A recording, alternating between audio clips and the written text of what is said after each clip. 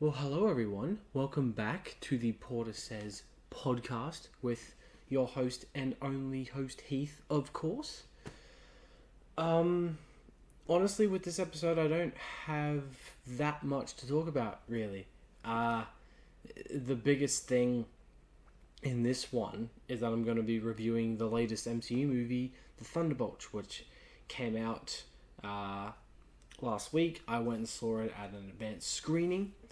But that review will be at the end of this episode. So if you're here for just the Thunderbolts review, I mean, again, I'll put like timestamps and stuff. So if you just want to click to that and watch that, then that's fine. But I do recommend going through the whole episode because it's always going to be a little bit entertaining. So. But yeah, no, I don't really have a ton of news to talk about. Has been a little bit slow in terms of like film or TV or even video games, really, which is the first bit of news I'm going to get into. I've only got two movies I'm going to be talking about. Obviously, I'll be reviewing Thunderbolts, but then I've got a couple of bits of TV shows to talk about. So let's start with the news first. Actually, let's go with this. So I've only got two bits of news here. So GTA 6, yes, I know, a bit of video game news. Who would have thought? It has actually just been officially delayed to May of next year, so a year from now. I think it was scheduled to be like December or something of this year, but it's been pushed back to May next year, so 2026. They even released a trailer this morning, I guess just to kind of tease us a little bit more, saying, here's another trailer since we're delaying it just to keep you GTA fans a bit happier than usual. I personally don't see this as a bad thing. I think because it means they're going to take some much, more time and a bit more effort. Even though I think the game is somewhat like fully finished, I guess, or finished enough to release a couple of trailers, I think they're going to take time and go back in and maybe fix some things they maybe thought were not as good as they could be. And I think that's how I'm seeing it, really.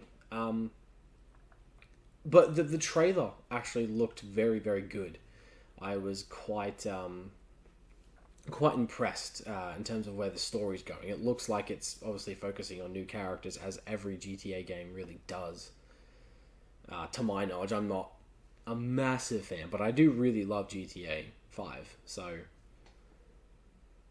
but that's my take on it, is that I don't really see it as a bad thing. Like, I know there's a lot of people who are really most likely disappointed by this piece of news about GTA 6 being delayed, but I don't know. I kind of just see it as like a a year from now that's a little disappointing, but as long as it ends up being good, then take as long as you need. Rockstar, take as long as you need to. What else? Let's see.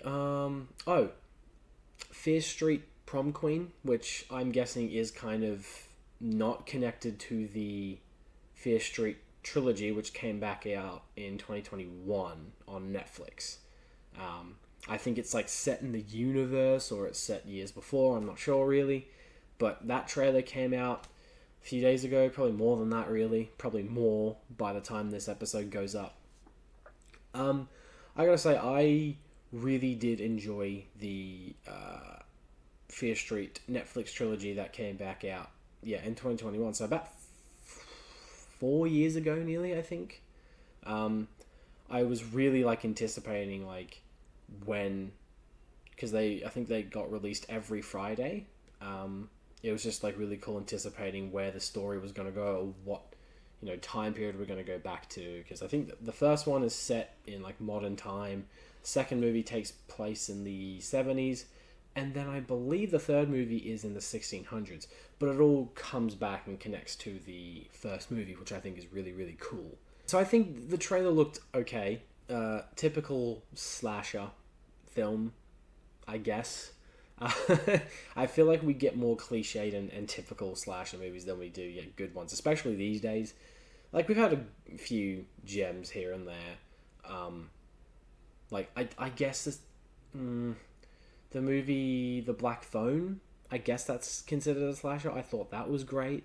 I really liked...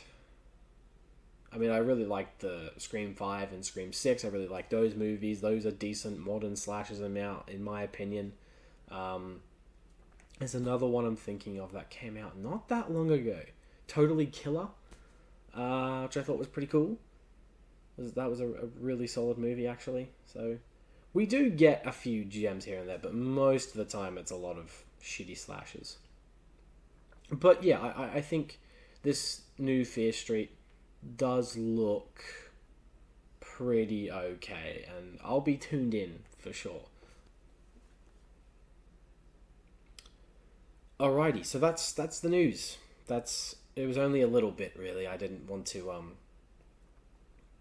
don't know. I just couldn't really find anything that I thought was maybe interesting enough to talk about for you guys that are continuing to watch this podcast. So, all right. So, TV. I'm already on to season 4 of Smallville, and I started that rewatch a week ago.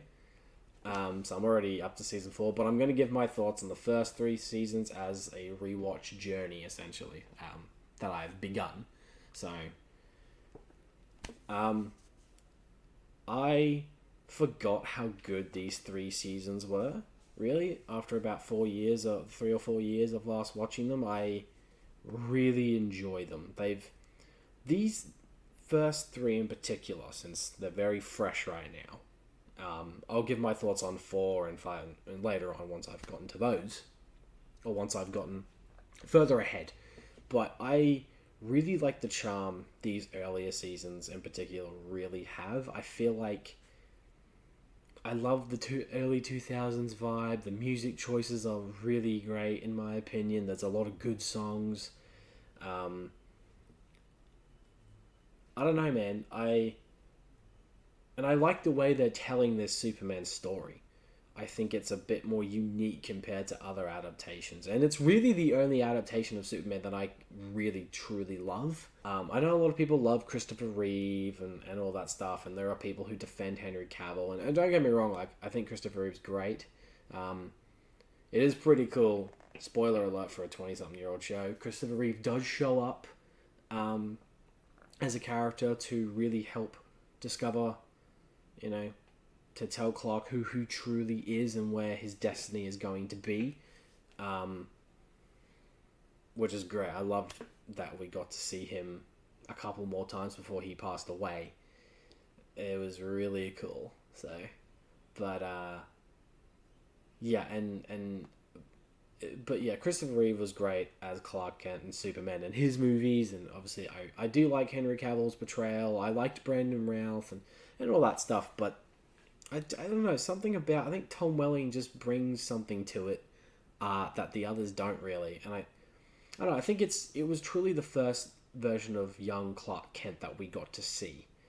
So I think that's why I really like this show. And these first 3 seasons in particular, around like halfway through season 2 and kind of season 2 onwards is where the story really starts to begin of him discovering his origins and going into this like cave that he finds with all these symbols and like Kryptonian symbols and stuff like that. I just really like it. I like where it's going. I know where it's going, obviously, but I enjoy the journey getting there. So those are my little brief thoughts on the first 3 seasons. I adore them. They're not perfect. I feel like there are elements of this Superman story that they're telling, like their version of the Superman story that they're telling, that do bog down the season a few times, and it feels like some episodes there's other stuff going on that doesn't really match with what they're doing, but those are really kind of minor flaws for me. Now, to the main event, we have my review of the latest MCU movie, Thunderbolts, or actually, it's been retitled now to The New Avengers, which is cool, but I personally prefer the Thunderbolts title I just think it makes more sense to me. But yeah, man, I was not expecting much from this film. I was just sick of seeing the trailer and all that stuff. But I have to say, in my opinion, and a lot of people have been saying this, is that Thunderbolts was pretty great. I had a lot of fun with it. People are saying that the MCU is back with this movie. I wouldn't go as far as to say that it was a complete home run, because it does have a couple flaws. But overall, it was a really great experience and a lot of fun at the cinema. I wrote down a bunch of notes for it, so I'm just going to be looking on my phone since I'm just, I don't know, such a professional at this little job. Okay. So, obviously, so much better than I expected. Really funny movie. David Harbour as the Red Guardian completely stole the show for me. He was hilarious in this film. I just love David Harbour as an actor, so anytime I get to see him in anything other than Stranger Things, generally can be a great time. I loved him in Black Widow, and I think he's even better here. He has a lot of good comedic timing, for the glory and all that stuff. So, Florence Pugh, or whatever, I cannot pronounce that woman's name for the life of me, but she was fantastic as Yelena. Loved her development even more here. I liked Wyatt Russell as the Captain America, as the new Captain America, or Dime Store Captain America. He was pretty great in this one. I actually liked him a lot more in this. Lewis Pullman as Bob. Bob is the best, at least when he's Bob, which I will get to. I really liked the action. I think the action was a lot of fun and pretty well directed. I think the direction of this movie was solid. Let's see what else. Oh, okay, this is very much the Marvel version of the Suicide Squad. It really does feel like that, but comparing it to at least the only Suicide Squad movie I've seen, which is the 2016 one, it's much better than that movie. I'll just say that. So, I think the villain of this movie, which ends up being Lewis Pullman, Bob, as like this kind of dark shadow or something. I've already forgotten his name. So that tells you something. I thought visually it was pretty cool. But I just think it was like another kind of typical Marvel villain for me. Although, and we're getting into kind of the spoiler territory right now, he kind of ends up turning back to the good side of the world and becoming part of this new Avengers team. But I don't know.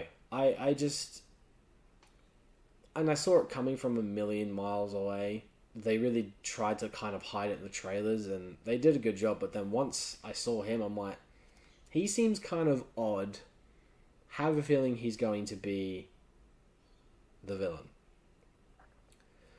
Of course, Sebastian Stan is great as Bucky Barnes. But for me, and if I'm honest with this, Sebastian Stan as Bucky Barnes in this movie was probably the most interesting and the best that he has been since either Civil War or Winter Soldier.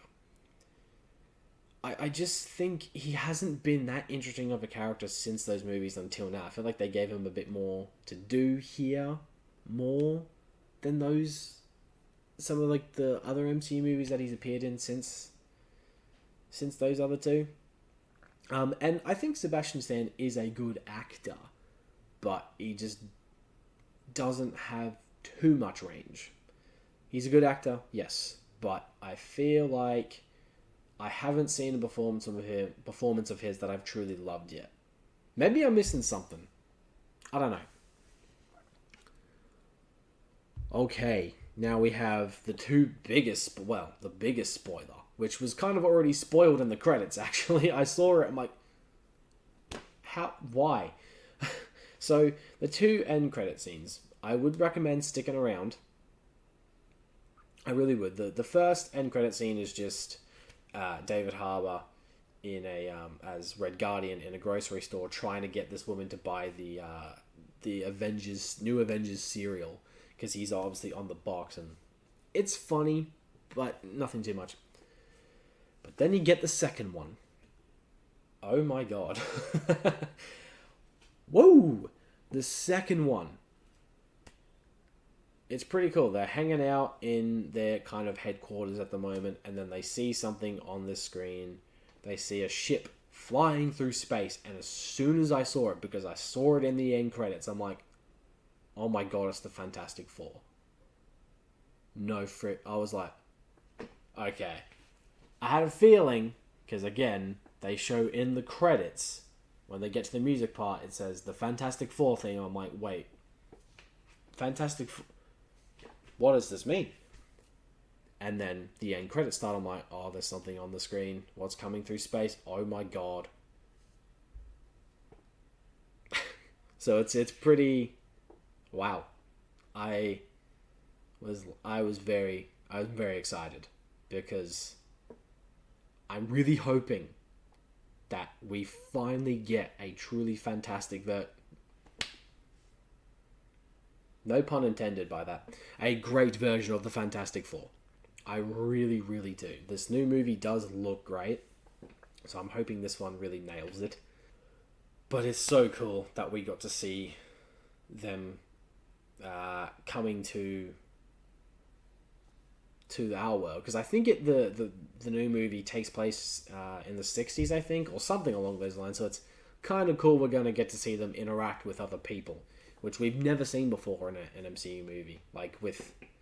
Well, obviously we never saw the Fantastic Four interact with any other Marvel characters because of the different ownerships, I guess, different companies. But, man, I just think it's very exciting. So, overall, The Thunderbolts was a really great movie. A really great MCU film. Just a ton of fun.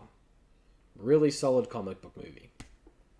I just realised that I forgot to talk about the other two movies. So that was technically the first movie I talked about. I just realised that. Okay, let's quickly get to the other two. So, I rewatched Rush Hour 3 and Coyote Ugly. Rush Hour 3 I hadn't seen in a good while. I really remember watching that movie as a kid and just thinking, wow, this isn't great. This is not a great movie. But rewatching it after a decent amount of years, it's a fun movie. It was so much better than I remembered. It was funnier than I remembered. Obviously, Chris Tucker and Jackie Chan are great. They're obviously got a lot of good comedic timing. Cool stunts, fun action. And Coyote Ugly is an interesting one because I only watched that for the first time back in 2020, I believe. I'd never seen it. And I do love that movie quite a bit. I really do. I think that's a really fun 2000s film. I think Piper Perabo, I believe is her name. I always have trouble mispronouncing that name. I love her in that film. I just love her as an actress. The film's just it's just really charming, and I love John Goodman in the film as the father. You got Rose from Two and a Half Men. I've forgotten the actress's name, but she's really good. Tyra Banks shows up. It's a movie that knows what it is, and it's not trying to be anything else. There's a lot of, touching moments and some good musical-esque sequences and all that stuff. So I'd say give them a try. And that's going to conclude the episode of the Porter Says podcast. Sorry that little bit felt rushed. I completely forgot that I think I'd said I'm going to be talking about 2 movies, and it just kind of, I looked down and I'm like, oh, I got 2. Maybe I can find a way to work around it. But so I want to thank you for tuning in. I hope you enjoyed this, and let me know your thoughts on Thunderbolts if you've seen it. Let me know your thoughts on like the bit of news about GTA 6 and Fear Street. And I'll catch you guys next time.